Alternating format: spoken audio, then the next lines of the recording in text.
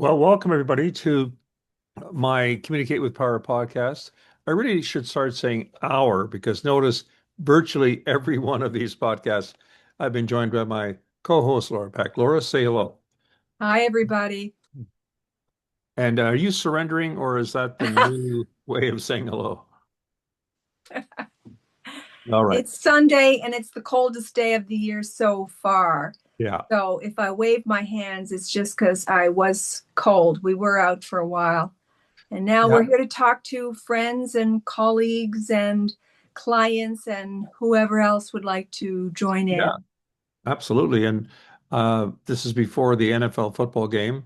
Yeah, But oh, we'll be done. We'll be done. Don't worry. well, no, I don't think so. But I anyway, don't keep you away from football, anyway, golf, I'm a true hockey, Canadian. Once the every CFL, sport you can think of. I yeah, can't think of true. one sport you don't watch. That's true. Yeah. But once the CFL, that's all over. Grey Cup. We've been NFL fanatics for the rest of the time. So let's get started, Laura. A very busy week, both personally and professionally, as well, of course, the world. And let's Yes. begin with the world, and then we'll kind of zoom down in. Yeah, we Uh, certainly hit the world stage because Prime Minister Carney gave a speech at Davos. Barry, you've commented in the media on this, so tell us some of the highlights of what we saw and heard. Well, I certainly won't go through the specifics of it, other than maybe I was asked this core question. Was it a great speech? Okay, there's the question that people in our business, Laura, we often are asked this. I said it was absolutely an excellent speech, and it's one. Why was it an excellent speech? Well, first of all, it got enormous reaction in the room, standing ovation. People really love to hear it. Now, you can say, well, that's all politics and world positioning and so on, but really, it was seen as a very, very strong speech. He didn't do it with the histrionics of a orator. He's always a kind of a button down, maybe a narrower bandwidth of expression kind of speaker, but every word had meaning. There was no wasted words in that speech. So that's the first thing I would definitely say about it. Secondly, he took a strong position. He positioned Canada. We've ruptured world order that we always thought was there. We, without ever mentioning the United States specifically, called it one of the two great powers, the other being China. He defined us as a middle power, and the middle powers need to be stronger, and in effect, not get caught up in that which side of that great power, struggle should I be on. He's making it clear we are, if not breaking from the United States, we're certainly finding very strong alternatives to it. And he just spent several weeks in China, over in the Middle East, and he's signing deals and all kinds of things, which of course have their own political implications. Here we are cozying up again to the People's Republic of China after really a pretty bad 5 or 6 years, or if not longer, when they arrested, it's known here in Canada as the two Michaels, totally as sort of punishment for Canada. And I think that Canadians maybe have reached a point where, look, we can't change China, but we're also punishing ourselves, and we need to not be doing that, especially at this time. So it was that kind of thing in it. He did not at all attack or mention Donald Trump by name, but everybody in that room knew. We know who he's talking about here. We can't count on him, and we can't count on America. We need to build our strengths. And I thought he accomplished that. I thought that it was one of the top, it was probably the most talked about speech at Davos until Trump did his the next day, which is the usual bloviating, attacking everybody, alienating America from its allies and NATO partners and so on. Just a debacle, you know. I have to presume that some of it was on the teleprompter, and the rest was his kind of side shots that he likes to take. He has, I think it was even. One of his aides said one of Trump's problem is he thinks he's funny, and when a speaker thinks they're funny and they're not, it's awkward, it's embarrassing, and it's more of an attack. And he did that following the speech on Air Force One when he was asked about Canada coming to the aid of America and Britain and the other allies. And well, yeah, they went to Afghanistan, but they weren't exactly at the front lines, like kind of like mocking. We lost 158 of our soldiers, 650 severely wounded, 40,000 soldiers went to Afghanistan over a number of years, helping America, and just a dismissal. Even Keith Starmer got tired of, these kind of, how do we put it, oleogenous reactions to Trump and inviting him special invitation to see King Charles at Buckingham Palace. I mean, that was awkward and embarrassing. But for the first time, he stood up and he said, "We've had enough of that. And for you to treat our troops like that went over there." He finally got some gumption. I admired Prince Harry for doing the same thing. Of course, he had two tours of duty in Afghanistan, which I have admired him for, and good for him to stand up. So this was a very emotionalized week. A lot of Canadians, there's a certain percentage that will not like that Carney is in any way provoking Trump. But Trump made the point. We have learned that trying to be nice to these two huge giants doesn't pay you anything. He will turn around and stab you in the back, let alone the front. So we learned that means nothing. And he'll wake up one morning and say, okay, another 25%, another 50% tariff. It is a bit of a sidebar, but I've always had this irritation. I may as well just say it. Well, I hope I'm not ranting too much here, but you know, you don't have to be anything more than a Wharton School Economics 101 student to know that tariffs are paid for not by the exporter, not by the exporting country, but by the importer and ultimately the end consumer. And there's even the actual evidence of this past year that 94% of those tariffs are paid for ultimately by the importer and consumers. So it's loading on more and more expenses to the American consumers. 6% for a variety of reasons is paid for by the exporter, but 94% by the end user consumer. So the fact that he's never agreed with that ever, even in his first time, he didn't agree with it. When his advisors told him, his budget director told him, they all told him he won't listen. So when you have a leader that won't even listen he apparently did graduate from Wharton, and we do know somebody that went to Wharton, and yeah, he got his He master's didn't or whatever say it he was was. smart, though. Yeah, I don't know his word, but anyway, no, he didn't say he was smart. But fact of the matter is that let's say he has a certain kind of cleverness about him. There's no question about it. Well, But it helps if your dad has 100 million to loan you, advance you, and you never have to pay it back. yeah, It yeah. does. It does kind of help. Anyway, Barry, what I Enough of that, wanted right? to ask you about is you Sure. used a word positioning, and as you know, Yeah, this week that is yeah, something that we spent a lot of time on is yeah, positioning, yeah. and so there's a whole Okay. manual here Yeah. that Well, in the okay. participant workbook that talks about this. So let's explore what our week Well, looked like. yeah. I mean, positioning is a core word in the communications world. And we were invited by a very well-known agency in Canada, public agency, to do a half-day seminar for all their top people from across the country on positioning, positioning the organization, positioning the issue. And positioning really means how do you stand apart from all the others? If you're in a crowded field, whether you're a company or an agency doing things on behalf of, how do you actually position yourself so that there's a unique quality to you?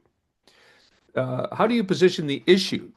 Are you just asking government for money? I mean, unless you're, well, I won't get into that, but no, unless it's doing something that is of tangible benefit, all you're asking government to do is spend more money. Please, could we get into greater deficit? Please get a bigger debt for us, if you wouldn't mind. Wrong, wrong, wrong.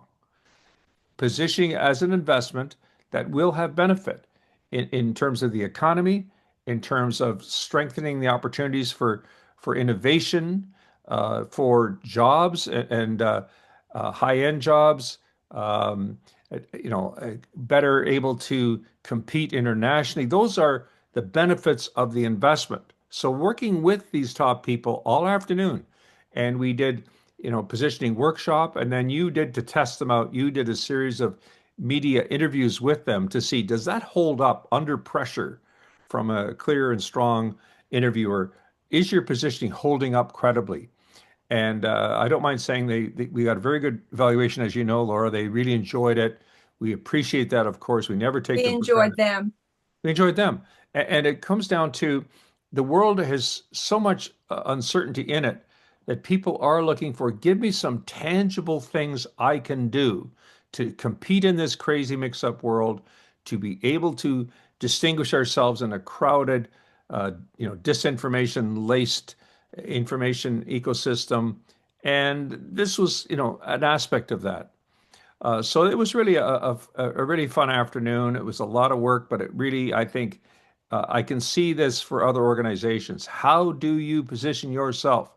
And I think that's very, very important. Also, we had a wonderful experience. A client that we had coached a very long time ago who was able to, and interesting, he was in the high tech world, was able to sell his business Yeah. and saw us as business coaches. And it's Mhm. kind of cool now because very often they end up, once they sell their businesses, they go into something entirely different Yeah. than maybe what they Yeah. had made a living at a long time ago. Yeah. Anyway, he now wants us to be a business coach to his son. Who And is that, starting up a firm? Yeah. yeah, yeah. And And so that's we're already doing that for other people Yeah, the too. coaching we don't really talk very much about, as you know, but Yeah. we do a lot of coaching an hour at a time, usually, or maybe 2 hours, depending, in which we're training them on all aspects of communications, of helping them, yes, position their organization, and help them launch. He's going to launch this company, helping them to launch it. It came out of a conversation that I really said, the way we position ourselves you know, as uh, as trusted advisors, that somebody was engaging me in a conversation who had been a client of ours for a long time. He said, Barry, you strip it all away, you're a trusted advisor. It's not that you're this, media or presentation. It's really give me some advice on this issue. Certainly in crisis, that's clearly what we're doing there.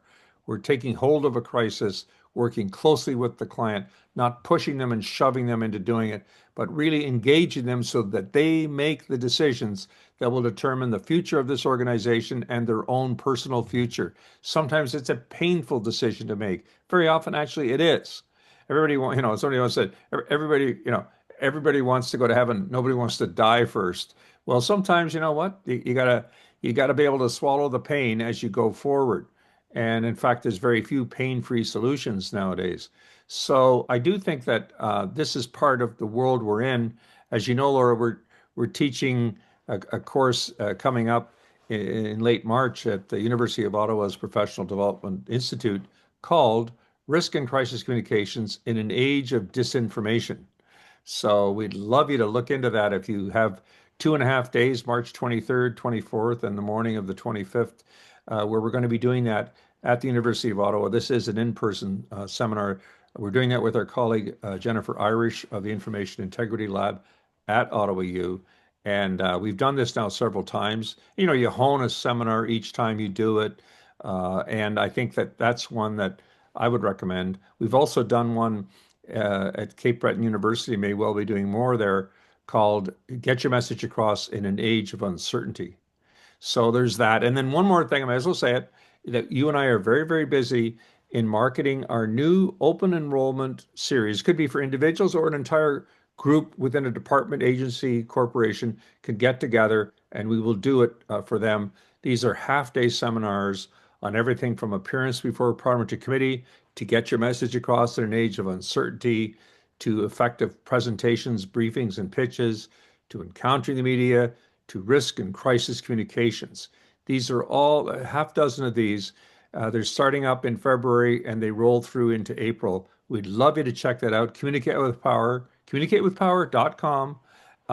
And we'd like you to take a look at that. And we'll post on this, we'll post actually here the information on both of those. So that's a little bit of a commercial. But Laura, we have finally in the world now, we have a lot of very anxious people. And I'm wondering if Me we have, included. Well, yeah, everybody is. I mean, if you have any feelings at all, if you have any kind of sensitivity about what's happening, nobody can guarantee anything. Here in Canada, we got Parliament resuming on Monday, and the opposition, of course, they're in the business of opposing. But so Pierre Poilievre has to do well in this. His positioning vis-a-vis Mark Carney, who Canadians right now are seeing, quote, standing up for Canada.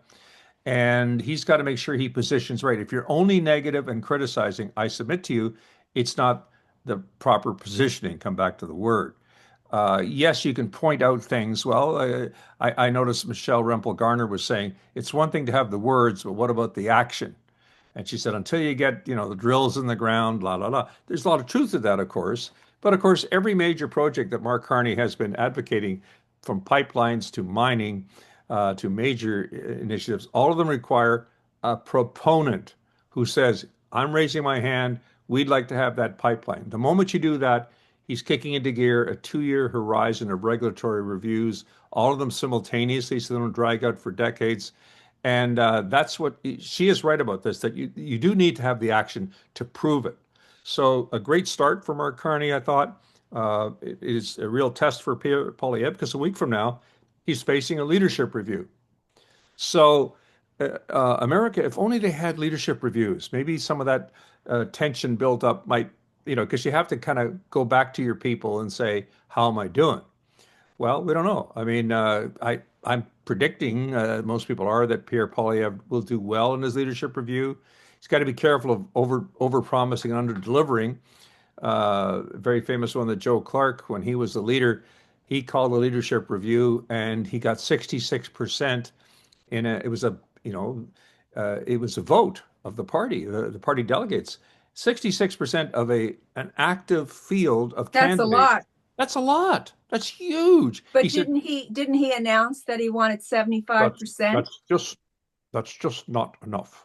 So Joe Clark declared then we're going to have a full scale race for leader, and he lost to Brian Mulroney. He didn't actually have to do that, although I have spoken to him and I've spoken to others saying the tensions were so strong internally that he needed to absolutely clear the air. So I admire his courage for doing it. He didn't have to do it, but I think Joe Clark has positioned himself well in history of an honorable man who did the right thing for the right reasons. And I And what a totally great endorse life that. he still has. Yeah. He's got a great family. Yeah, he's It, well it's ex- respected. I yes, he saw, is. Yeah, it's funny. We saw him do a speech maybe about a year ago, and by gosh, he was as sharp as ever. funny. And he's one of those guys that never got the credit in the public. And I've told him this to his face. He sometimes has done the funniest speeches that you're just killing yourself laughing.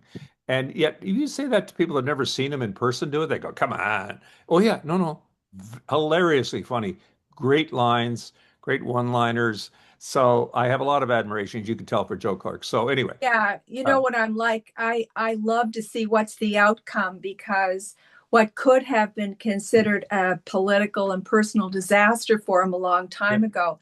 Look at the great life that he's actually lived all of this time, and sure. we still see him out Oh yeah, flying around, going to places, being yeah, vital, yeah, and it's a wonderful thing to see. yeah, absolutely, Chrétien Laura. the same is Oh yeah. Chrétien. Over in China is laying the groundwork for Mark Carney. He's 92 or something. I don't know.